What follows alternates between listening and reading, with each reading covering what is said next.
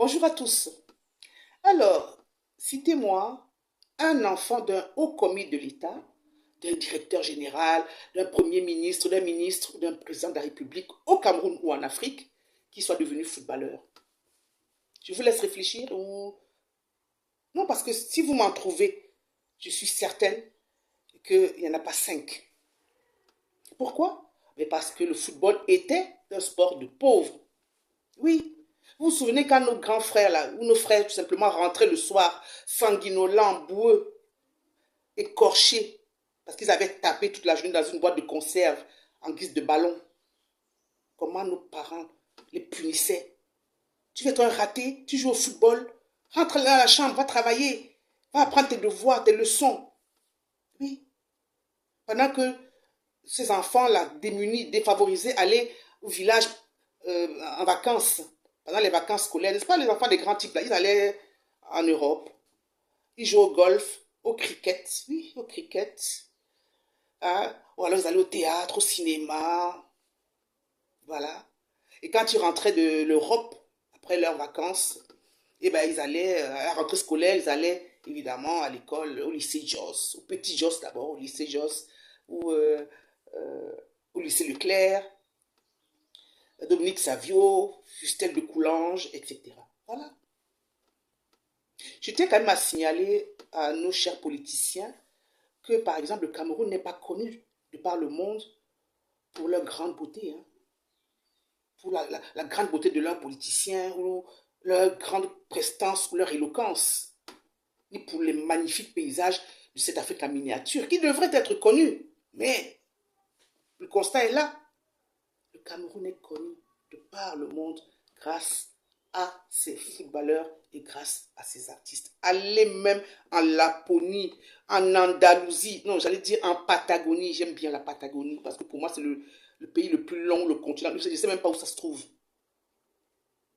Dites que vous êtes Camerounais. Oh, Etofis. Oh, Roger Mila. Oh, Joseph-Antoine Bell. En musique, oh, Manu Dibango, tennis. Oh, Yannick Noah. C'est de ça qu'il s'agit. On ne vous citera jamais un homme politique camerounais. Et pourtant, en Afrique, il y en a eu hein, des hommes d'État qui sont connus de par le monde. On les cite, hein, Sankara, Kwame Nkrumah, le père du panafricanisme. Oui, on les cite. Mais au Cameroun, on ne va jamais citer un politique, un homme politique, ni le pic de Rumsiki. Parce que ce sont les footballeurs, ceux qui sont démunis, ceux qui sont battus, ceux qui ont souffert des écorchés vifs, c'est eux qui aujourd'hui sont reconnus et font la gloire, la grandeur du Cameroun et pas les hommes politiques. Et comme aujourd'hui le football génère beaucoup d'argent, et bien le politique s'engouffre dedans. Oui, il ne faut pas qu'un 5 francs cherche son frère. Comme on dit vulgairement au Cameroun, il ne faut pas que 5 francs cherche son frère. Il faut qu'on ait le contrôle sur tout. Le football est devenu une histoire politique. Et ça, c'est dommage parce que ces enfants, aujourd'hui on parle de Francis Ganou avec fierté. On dit oui, c'est un Camerounais, etc. Mais s'il n'était pas parti, que serait-il devenu au Cameroun? Parce qu'aujourd'hui, il y a plein de pays. Si vous vous dérangez même Samuel Eto'o, il y a plein de pays qui disent que vraiment, donnez-nous Samuel Eto'o, pardon. Nous, on le prend. Le jour même, si vous ne voulez plus de lui, nous, on le récupère tout de suite. Parce que c'est trop. On ne peut pas avoir autant de problèmes dans un seul pays. À quelques encablures de l'élection présidentielle, nous en sommes encore à parloter de football. Parce qu'on oublie que le football reste un divertissement qui ne se regarde qu'après une journée de travail. Mais évidemment, comme il n'y a pas de travail, on passe son temps à parloter, à parler du football. Parce qu'il n'y a pas de travail. Les gens s'ennuient. Les jeunes s'ennuient, n'ont pas de travail, donc ils parlent de football. Donc si Samuel Eto'o est tant plébiscité par les Camerounais, si les Camerounais aiment Samuel Eto'o, donc on pourrait se poser la question de savoir si il peut candidater ou est-ce qu'il peut challenger pour une élection présidentielle éventuellement. Parce qu'aujourd'hui, visiblement, c'est le seul qui fait l'unanimité auprès du peuple camerounais. Là, j'ai fait un rêve. Hein. Je me dis, mais pourquoi pas? Est-ce que c'est lui l'homme providentiel? Est-ce que c'est lui l'homme de mission que nous réclamons à U et à Dia, à corps et à cri? Oui. Parce qu'il faut être réaliste. Si c'est lui, est-ce qu'il est lui-même prêt à challenger, à candidater? Est-ce qu'il est prêt à affronter celui qui est son père, entre guillemets, bien entendu? Mais avec des si, évidemment, on peut construire des châteaux à Ewoudi, hein, en Espagne, excusez-moi. Mais oui, avec des si, on peut construire des châteaux en Espagne parce que beaucoup de leaders politiques aujourd'hui pensent qu'ils ont la science infuse. Non. Il ne faut pas avoir fait des études universitaires pour prétendre accéder à la magistrature suprême. Il suffit juste d'avoir du charisme, d'avoir du talent, d'avoir un parcours. Et puis surtout, il faut avoir souffert. Parce que la souffrance dans la vie permet d'avoir la résilience et de savoir supporter les coups, les encaisser d'abord et puis les supporter. Donc quand vous allez n'importe où, sachez que ce sont les footballeurs et ce sont les artistes. Et ces artistes aussi ont le droit, peuvent prétendre, j'allais dire même, à candidater pour une élection présidentielle.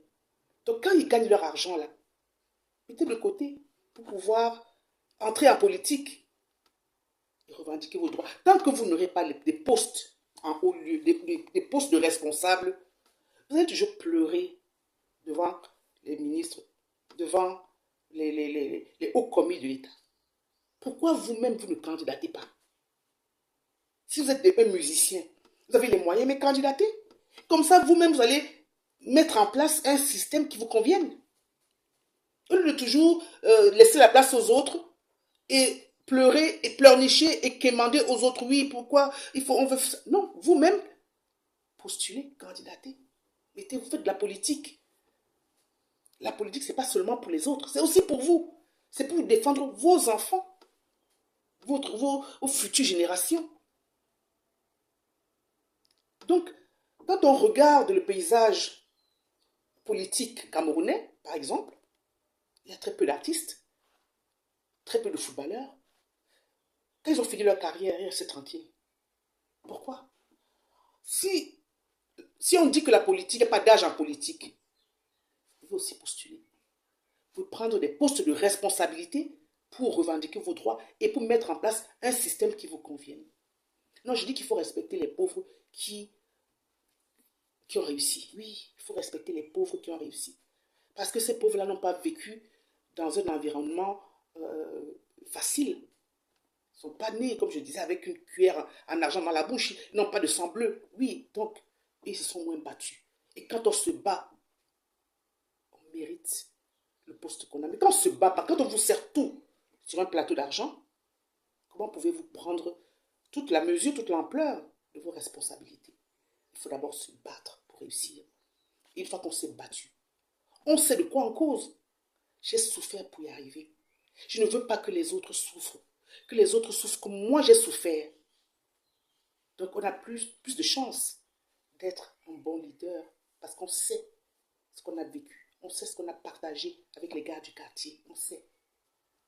Donc on fera beaucoup plus attention qu'une personne qui ne s'est pas battue et qui s'est retrouvée là parce qu'on l'a coopté, parce qu'on l'a mis là, parce qu'on lui a donné un poste, parce qu'on est quelqu'un derrière quelqu'un qui se croit quelqu'un ou qui est quelqu'un.